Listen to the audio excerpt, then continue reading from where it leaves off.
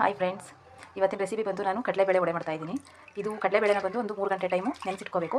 ಒಂದು 1/4 ಕಪ್ಪಷ್ಟು ಅದ್ರ ಜೊತೆಗೆ ಸ್ವಲ್ಪ ನಾವು ಕಡಲೆಬೇಳೆ ನೆನೆಸ್ತೀವಲ್ಲ, ಅದ್ರ ಜೊತೆಗೆ ಒಂದು 1/4 ಕಪ್ಪು ಅಕ್ಕಿನೂ ಹಾಕಿ ನೆನೆಸಿಟ್ಕೋಬೇಕು. 3 ಗಂಟೆಗಳ ಕಾಲ ನೆನೆಸಿಟ್ಕೋಬೇಕು. ಇದು ಮಸಾಲೆ ಬೇಕಾಗಿರೋದು, ಮಸಾಲೆ ಎಲ್ಲ ರೆಡಿ ಮಾಡಿ ಇಟ್ಕೊಂಡಿದ್ದೀನಿ ನಾನು. 3 ಬೆಳ್ಳುಳ್ಳಿ ಮತ್ತು ಶುಂಠಿ, ಇಷ್ಟು ಶುಂಠಿ ಬೇಕು. ನಾನು ಹಾಕಿರೋದು 1 ಗ್ಲಾಸಷ್ಟು ಕಡಲೆಬೇಳೆ ಹಾಕಿದ್ದೀನಿ. ಅದಕ್ಕೆ ಇಷ್ಟು ಐಟಮ್ ಬೇಕಾಗುತ್ತೆ. ನೀವು ಜಾಸ್ತಿ ಹಾಕೊಂಡ್ರೆ ಸ್ವಲ್ಪ ಮಸಾಲೆ ಜಾಸ್ತಿ ಹಾಕಬೇಕಾಗುತ್ತೆ.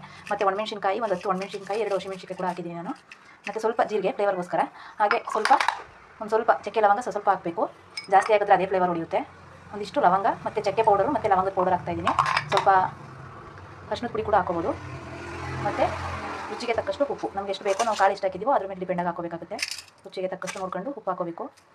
ಮತ್ತು ಇಲ್ಲಿ ನಾನು ಮಸಾಲೆ ಎಲ್ಲ ಕಲಿಸ್ಕೊಳ್ಳೋಕ್ಕೆ ಅದ್ರ ಜೊತೆಗೆ ಇದು ರುಬ್ಕೊಳ್ಳೋಕ್ಕೆ ಕಡಲೆಬೇಳೆ ಜೊತೆ ಇದು ಬಂದು ಈರುಳ್ಳಿ ಕಟ್ ಮಾಡಿ ಇಟ್ಕೊಂಡಿದ್ದೀನಿ. ಅಂದರೆ ಮೀಡಿಯಮ್ ಆಗಿ ಈರುಳ್ಳಿ 4 ಈರುಳ್ಳಿ ತೊಗೊಂಡಿದ್ದೀನಿ. ಇದು ನುಗ್ಗೆ ಸೊಪ್ಪು ಹಾಕಿದ್ದೀನಿ. ನುಗ್ಗೆ ಸೊಪ್ಪು ಹಾಕಿದ್ರೆ ಚೆನ್ನಾಗಿರುತ್ತೆ. ಹಾಗೆ ಮತ್ತು ಕೊತ್ತಂಬರಿ ಸೊಪ್ಪು ಕೂಡ ಕಟ್ ಮಾಡಿ ಇಟ್ಕೊಂಡಿದ್ದೀನಿ ಫ್ರೆಂಡ್ಸ್. ಈಗ ಕಡಲೆಬೇಳೆ ನೆಂದಿದೆ, ಇದನ್ನು ನಾನು ರುಬ್ಕೋತೀನಿ, ಮಸಾಲೆ ಜೊತೆ ರುಬ್ಕೋತೀನಿ. ನೋಡಿ ಫ್ರೆಂಡ್ಸ್, ಫಸ್ಟು ಈ ಮಸಾಲೆ ಇರುತ್ತಲ್ಲ, ಇದನ್ನು ಫಸ್ಟು ರುಬ್ಕೊಬಿಡ್ಬೇಕು. ಸಪ್ರೇಟು ಒಂದು ಚಿಕ್ಕ ಜಾರ್ಗೆ ಹಾಕ್ಬಿಟ್ಟು ಈ ಥರ ಸ್ವಲ್ಪ ನೀರು ಜಾಸ್ತಿ ಹಾಕೋಬಾರ್ದು, ಸ್ವಲ್ಪ ನೀರು ಹಾಕ್ಕೊಂಡು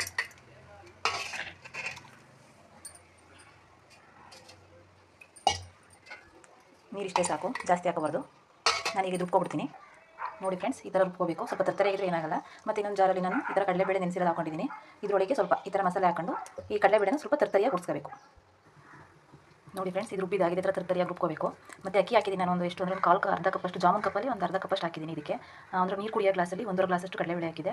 ಅಕ್ಕಿ ಹಾಕೋದ್ರಿಂದ ಸ್ವಲ್ಪ ಗರ್ಗರಿಯಾಗಿ ಬರುತ್ತೆ. ಜೊತೆಗೆ ನೆನೆಸಿ ರುಬ್ಕೋಬೇಕು, ಜೊತೆಲೇ ಒಟ್ಟಿಗೆ ಗರ್ಗರಿಯಾಗಿ ಬರುತ್ತೆ ಫ್ರೆಂಡ್ಸ್. ಈಗ ನಾನು ಇಲ್ಲಿ ಕಟ್ ಮಾಡಿ ಇಟ್ಟಿರೋಂಥ ಸೊಪ್ಪು ಮತ್ತು ಈರುಳ್ಳಿ ಎಲ್ಲ ಒಟ್ಟಿಗೆ ಹಾಕೋತಾ ಇದ್ದೀನಿ. ಎಲ್ಲ ಹಾಕೊಂಡು ಚೆನ್ನಾಗಿ ಮಿಕ್ಸ್ ಮಾಡ್ಕೋಬೇಕು. ಈ ಈರುಳ್ಳಿನ ನಾವು ವಡೆ ಏನೋ ಹಾಕ್ತೀವಿ ಅನ್ನೋ ಟೈಮಲ್ಲಿ ಎಲ್ಲ ಕಟ್ ಮಾಡಿ ಇಟ್ಕೊಂಡು ಹಾಕ್ತೀವಿ ಅನ್ನೋ ಟೈಮಲ್ಲಿ ಮಿಕ್ಸ್ ಮಾಡ್ಕೊಂಡು ಹಾಕಿದ್ರೆ ಅದು ನೀರು ಬಿಟ್ಕೊಂಡಿಲ್ಲ, ಚೆನ್ನಾಗಿ ಬರುತ್ತೆ ವಡೆ ಗರ್ಗರಿಯಾಗಿ.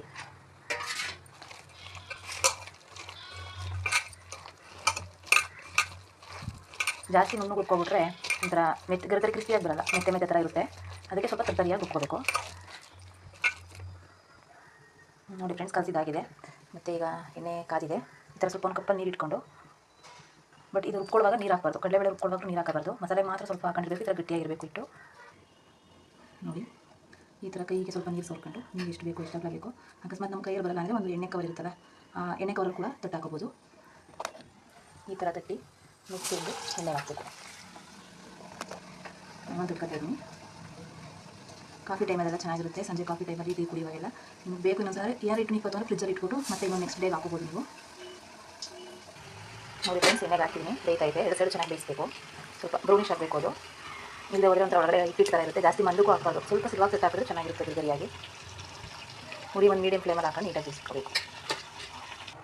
ನೋಡಿ ಫ್ರೆಂಡ್ಸ್, ವಡೆ ರೆಡಿಯಾಗಿದೆ. ನೀಟಾಗಿ 2 ಕಡೆನೂ ಬೇಯಿಸ್ಕೋಬೇಕು. ಬಿಸಿಯಾಗಿ ಟೀ ಕಾಫಿ ಜೊತೆ ತಿನ್ನೋಕ್ಕೆ ರೆಡಿಯಾಗಿ ಚೆನ್ನಾಗಿರುತ್ತೆ. ನಿಮ್ಗೆ ಇಷ್ಟ ಆದರೆ ಲೈಕ್ ಮಾಡಿ, ಶೇರ್ ಮಾಡಿ ಫ್ರೆಂಡ್ಸ್. Thank you.